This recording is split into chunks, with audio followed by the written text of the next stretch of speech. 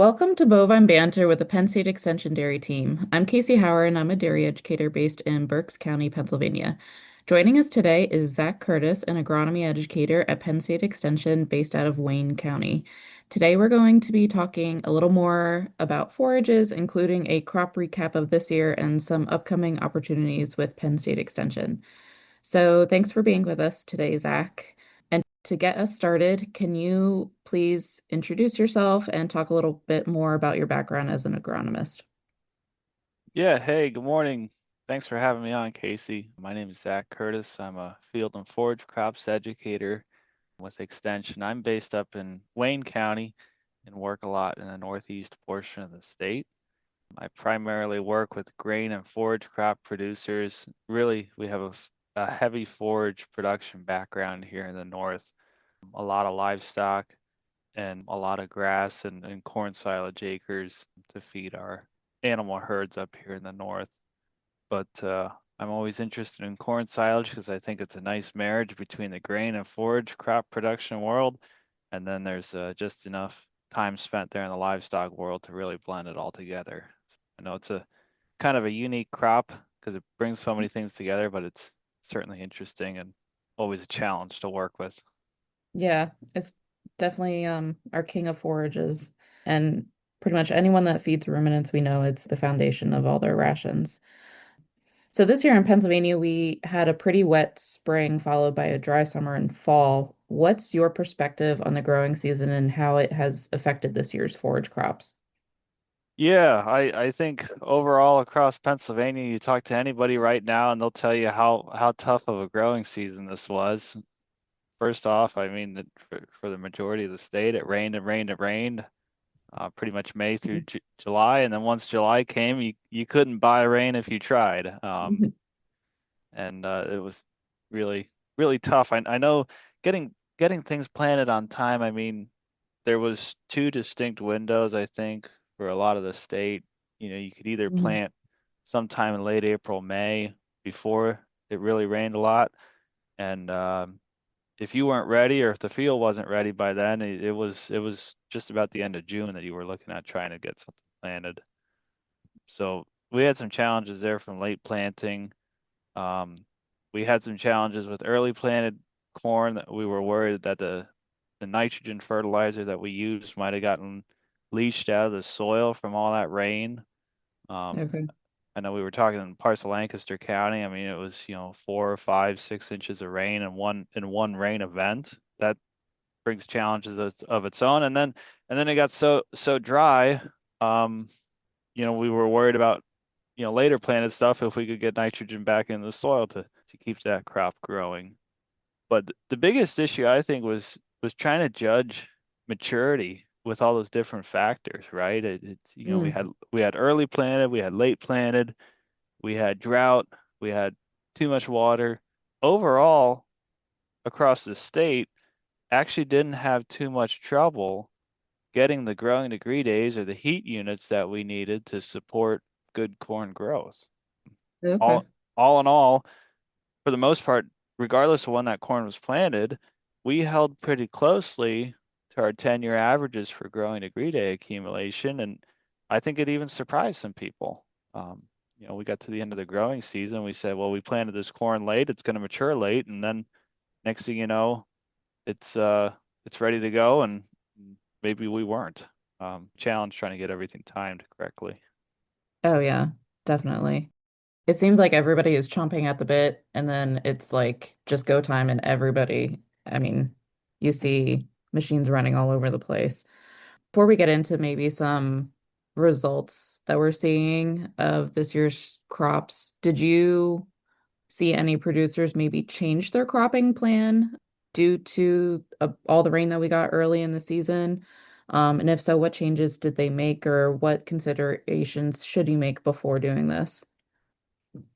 I think we still saw a lot of people stick to their typical corn silage planting. Maybe in some rare cases in the north where we got really late into June, some folks who took a look at switching over to forage sorghum. I know I heard of some reports across the northern tier of a handful of producers who switched to forage sorghum just so they'd have some kind of forage. that they could grow in a short time to feed their livestock. And, realizing that we didn't have as much growing season left at that point to support good corn growth. We were concerned that we would run out of calendar days. We weren't certain, when we might have that first killing frost in the fall. Some complications there as far as trying to wrap our heads around what the rest of the growing season would look like. I didn't hear too many reports of people having to replant corn this year, though, so that was a plus. Even Okay, though it yeah, that was, was something I was going to ask you about if anybody had to replant too because of the e- rain. even though it was wet and rainy, I think we had enough acreage that was. Now, I'm sure there's an exception somewhere who's listening, but generally speaking, I mean that corn got out of the ground and it was ready to go, and we didn't have we certainly didn't have slug pressure like we did a couple of years ago, so that helped. And for the most part, that corn held through that stress, and it was able to carry on and persevere. These modern corn hybrids, they certainly aren't what they were 10 or 15 or 20 years ago, and breeders have spent a lot of time and a lot of money trying to get these hybrids to tolerate these either early season stressors because they realize that we're planting earlier and they have to be able to tolerate cool, wet soils, and they have to be able to tolerate some kind of a period of drought. And between those two things, I think corn silage production today certainly doesn't look like what it did 10 or 15 or 20 years ago. Yeah, we're definitely always trying to improve. So, getting into, I guess, some more of what we're actually seeing on this year's crop. As we're recording this now, people have pretty much finished up or are finishing up chopping corn silage. And then when this podcast will be released, will be well finished. It'll be like November. But what are some things that you're seeing with this year's crop in terms of moisture, starch, disease, or pest damage, yield, those sorts of things?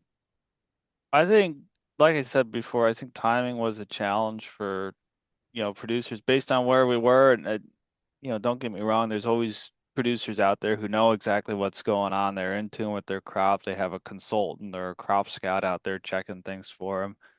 But if you just put corn in the planter and you visited twice during the season to spray and fertilize, and you came back in October or late September expecting that it was going to take that long to mature, I think there was a lot of people who could have been surprised. Hmm. Um, we as a team kind of informally track moisture levels around the state. I kind of informally track it with some local producers. And we found, for the most part, there was some acreage, especially in the southeast, that was ready late August time frame. We had some fields that were being tracked in Lebanon County that were at a good harvestable moisture early September. We had some acreage in Franklin County that was ready to go in mid-September. And then I've Okay. been keeping an eye on some fields here in the north that actually still aren't at the right moisture for silage. So that's Okay. challenging.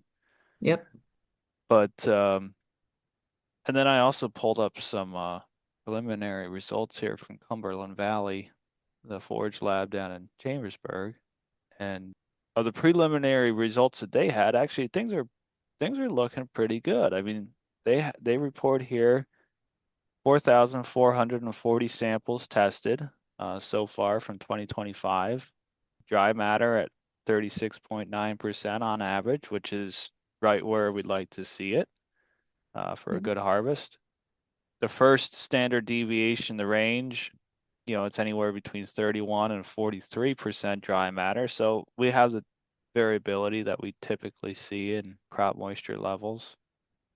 I always like to remind guys too that it's so important to look at your whole plant moisture and not necessarily just, I think some guys still like to just look at maturity of the cob, but I think if you don't test the whole plant moisture, sometimes you could be surprised Yeah, with that. it's actually I'm glad you brought that up. There's some work that Cornell did, led by Joe Lawrence, where they actually looked at how that ear and how the stover contributes to the whole plant dry matter levels, and found some pretty big differences just from growing season to growing season. But they also found some pretty big differences just from hybrid to hybrid.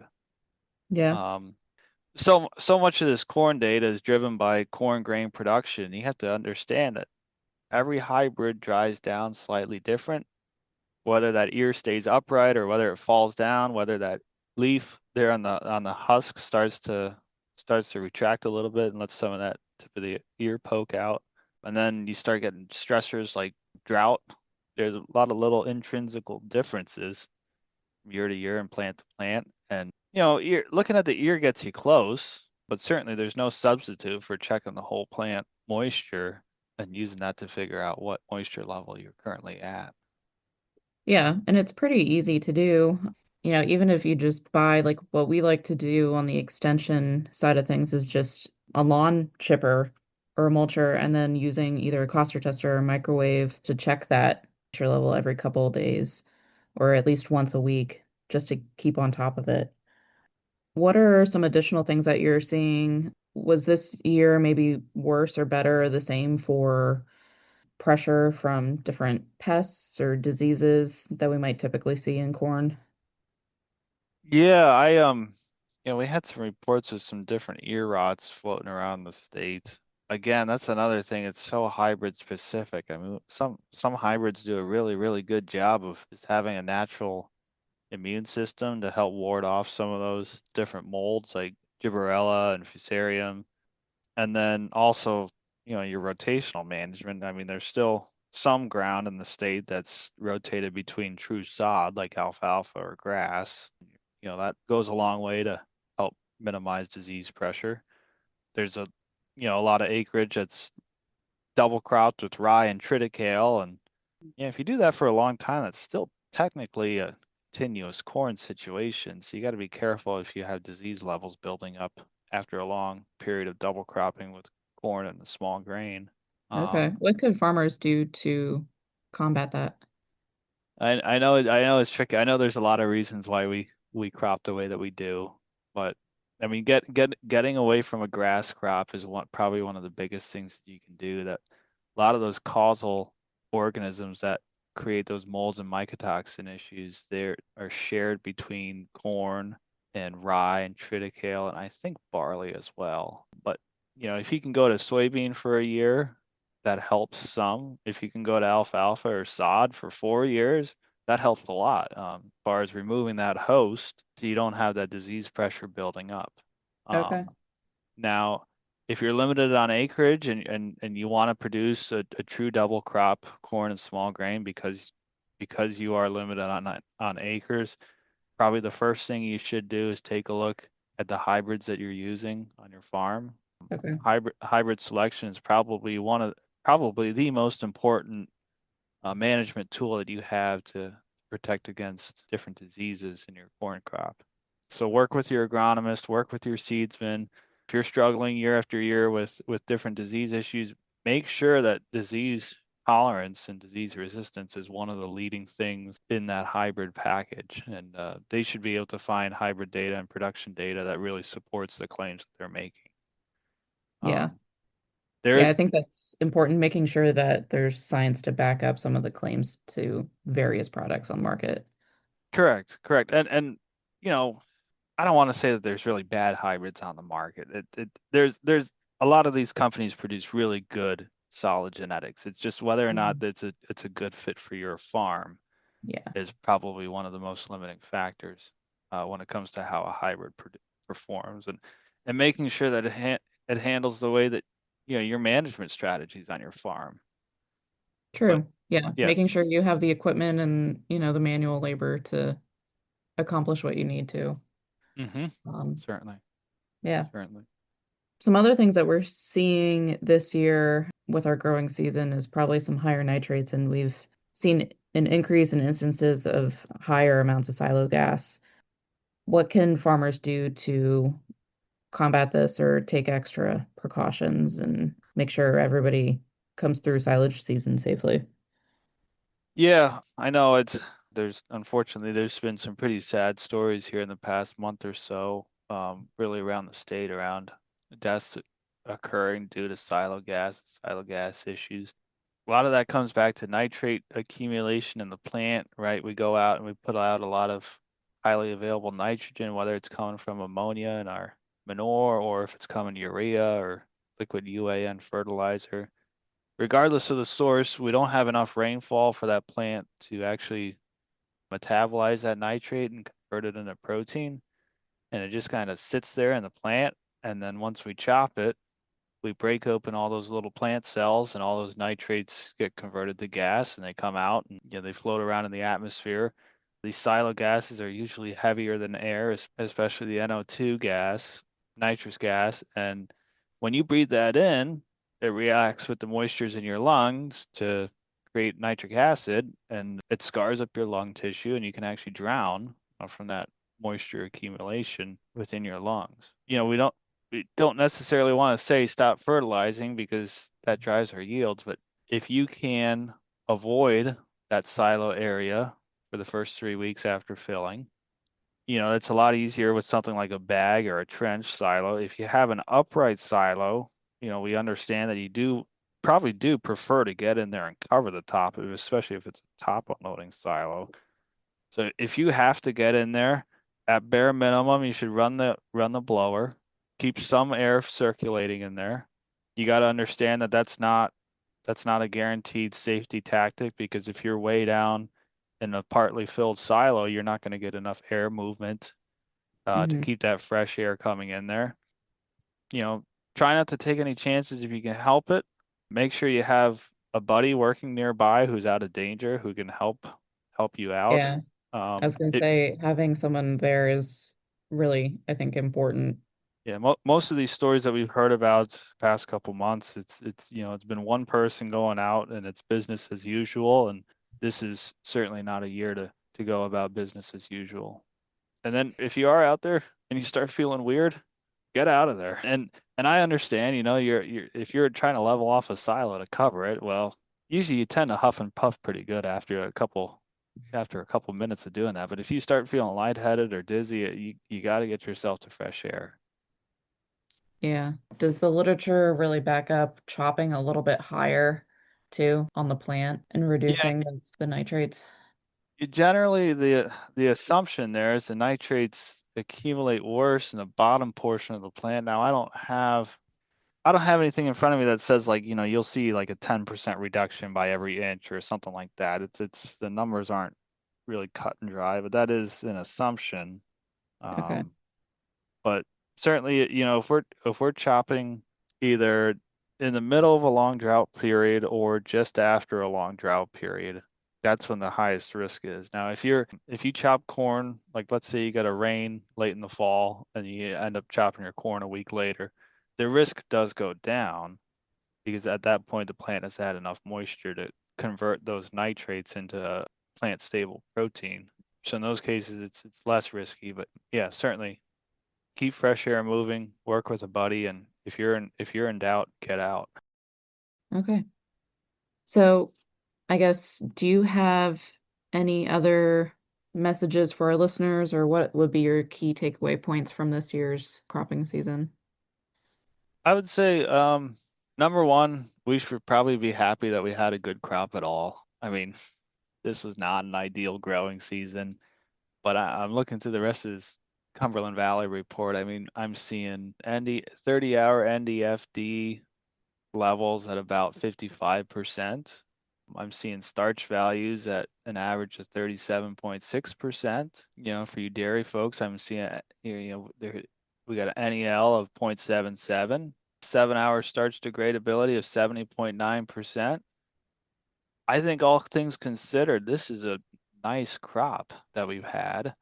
And if you think it's poor, I mean, corn prices aren't that high right now, so at least that's working out for you. That is true. So I guess there's a silver lining anywhere. If this was a year to have a poor corn crop, it'd be this one. Maybe that's where you take a look at like a forward contracting situation with your feed provider. If you gotta make up a starch inventory or something like that. But certainly know your yields, know your quality. I think all things considered, this isn't a terrible crop to have, but in the future, if you're not tracking plant moistures, we really encourage you to do so because so much of this crop quality and fermentation quality revolves around having the right right amount of moisture present. I like to stick to 65% moisture or 35% dry matter. You can fluctuate a little bit lower than that if you're going into an upright oxygen limiting silo like a harvestor. You can go just a little bit higher moisture level if you're going into a bag or a trench. The ideal ranges vary based on your individual farm. Yeah. And most of all, be safe out there. Yeah, for sure. Well, thank you, Zach, for taking the time to chat with us today. If you have any further questions regarding this topic, we actually do have a webinar series coming up focusing on corn silage. By the time this podcast comes out, we will have already hosted our first session on October 22nd, where we discussed hybrid selection and the PDMP trial data from this year. So you can go on the Penn State Extension website and watch the recording now. And we have future webinar sessions coming up on December 3rd, and then going into the new year, January 28th, February 25th, and March 25th. We will be covering silage fermentation, additives, reading forage analysis reports, mycotoxin management, and preparation for harvest. You can also reach out to either Zach or I. Zach's email is zuc113@psu.edu, and my email is kzm175@psu.edu. And don't forget to also tune into next week's episode of the Bovine Banter podcast, where dairy educator Emily Fred will be talking with Dave Hartman and Ann Bayshore of the PA Grazing Lands Coalition on their programs and pasture management. So thanks, guys.